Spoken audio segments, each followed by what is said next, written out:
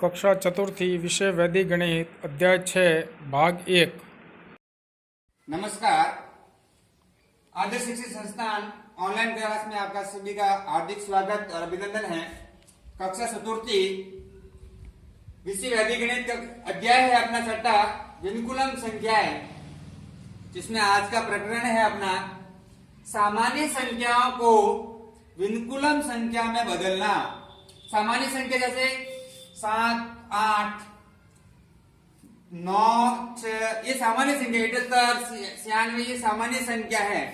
इनको विनकुलम संख्या में बदलना। विनकुलम का सीधा सा अर्थ होता है, जो विनकुलम है इसको सीधा सा अर्थ होता है ऋणात्मक, जिसको अपन साधारण भाषा में कहते हैं माइनस वाली संख्या में बदलना। तो ऐसी संख्या में बदलने के लिए आज अपन अध्ययन करेंगे विस्तृत रूप से। सबसे पहला है, इसके 2-3 नियम है, वो मैं आपको समझा देता हूं। पहला है सामान्य से यानी सामान्य संख्याओं से विनकुलम में बदलने के लिए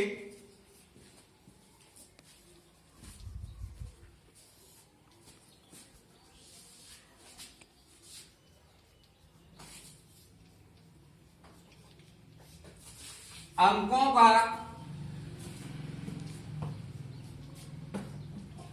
5 या 5 से बड़ा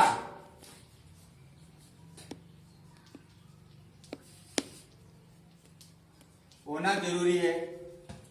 छोटी वाली संख्याओं को बदलने का कोई मतलब नहीं रहता है, यानी कोई अंक 5 या 5 से बड़ा। अब अपन समझ के किन को बदलना है, 5, 6, 7, 8 और 9 यही अंक है तो विनकुलम में बदलना, नहीं तो विनकुलम में नहीं बदलना है अपने को।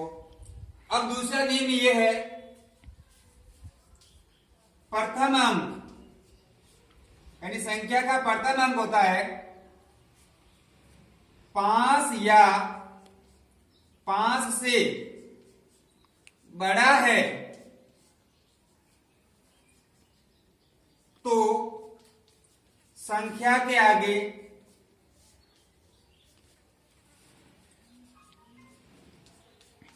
शून्य लगा दें। शून्य का मतलब 0 लगाएं।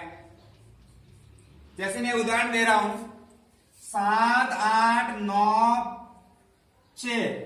अब इन कोई संख्या है, इनके आगे सबसे जो पहला अंक कहते हैं अपन को ये कहते हैं, ये 5 या 5 से बड़ा है तो इसके आगे शून्य लगाएंगे, यानी 0, 7, 8, 9, 6 ये संख्या बनाएंगे।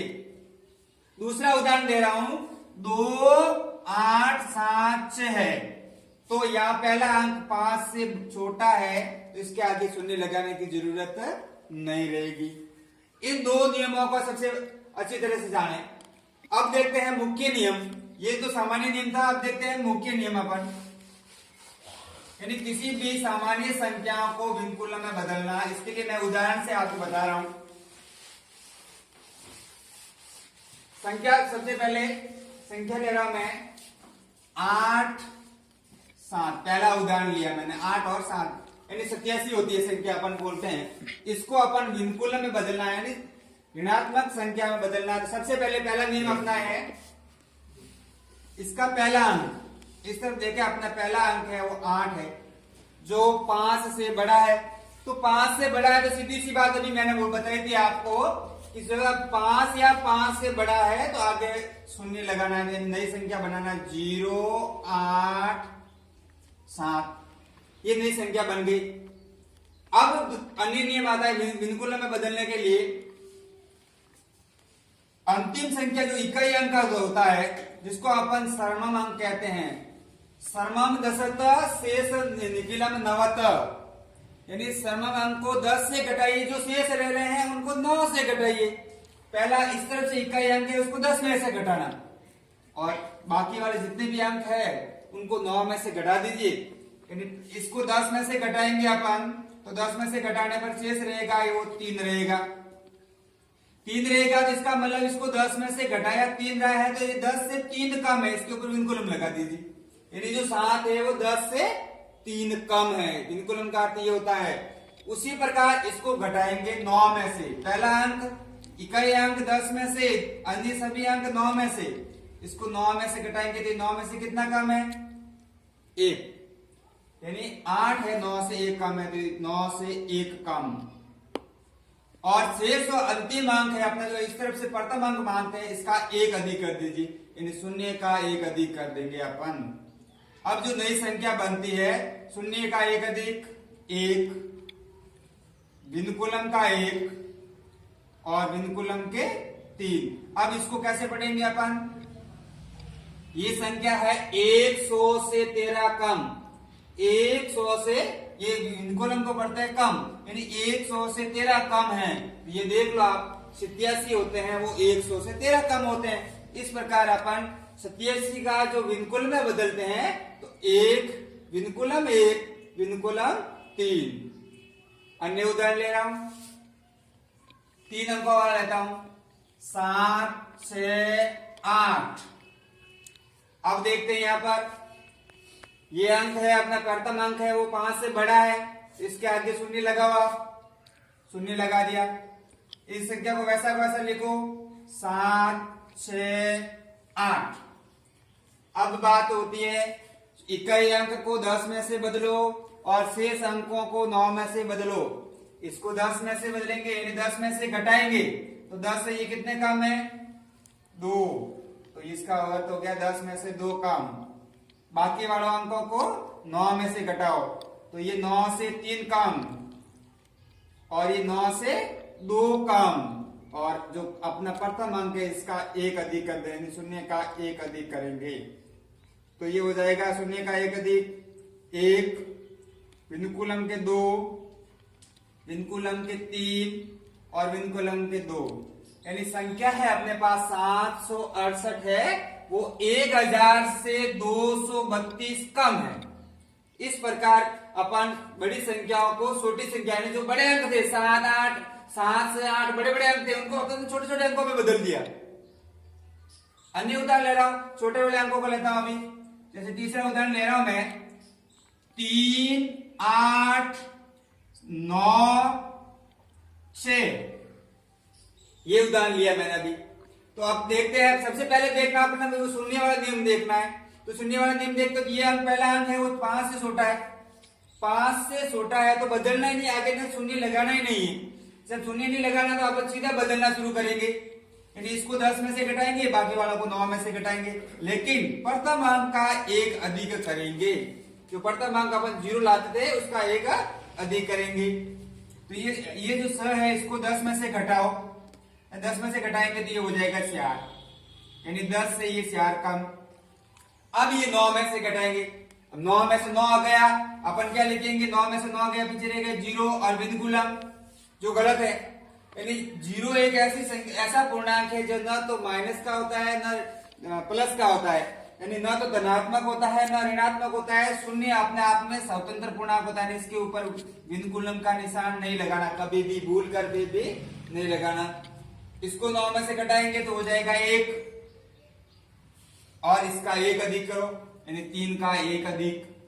तो नवीन संख्या बनेगी अपने पास 3 का 1 अधिक 4, विनुकुलम का 1 0 और विनुकुलम के 4, यानी ये 3896 होता है, वो 4000 से 104 कम होता है।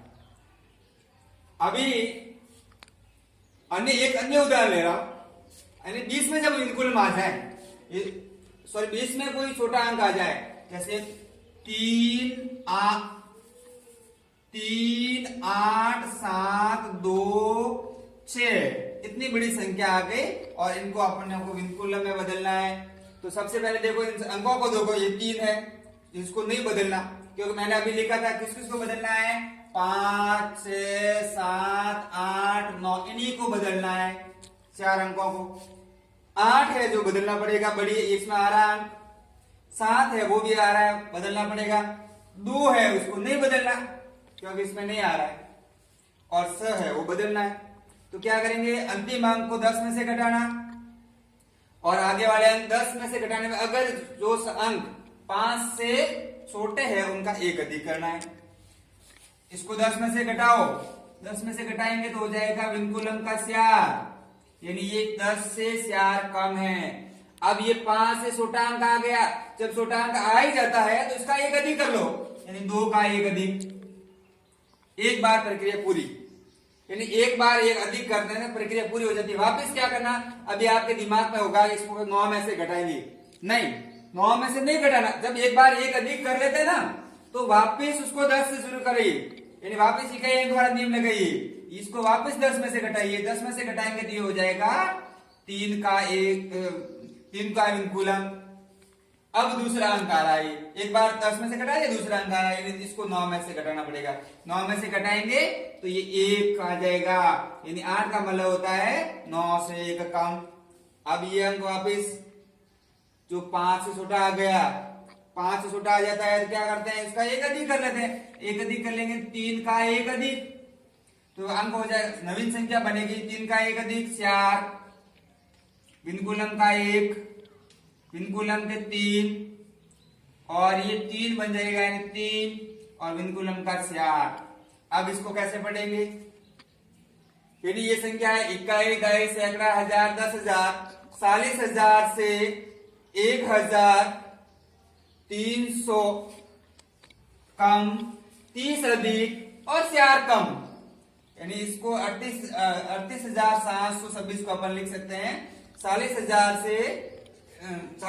से 1,000 कम, 300 कम, 3 अधिक और 4 कम। इस प्रकार से अपन जो सामान्य संख्या थी इनको विनकुलम में बदल सकते हैं।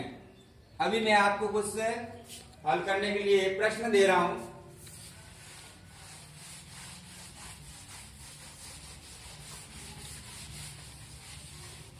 आपको इन संख्याओं को, सामान्य संख्या को विनकुलम संख्या में बदलना है। अभ्यास प्रश्न है आपके लिए।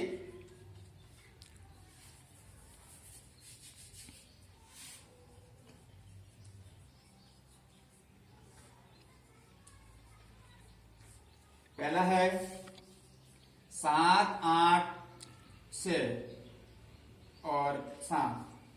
दूसरा है 9, 6। तीसरा है 7, 8, 8।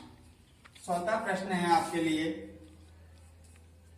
2, 3, 7, 8। और पांचवा प्रश्न है आपके लिए 5, 7, 6, 9। ये 5 प्रश्न है आपके लिए जो अभी आज ही अपनी अभ्यास पुस्तिका के अंदर इनको हल करना है। धन्यवाद।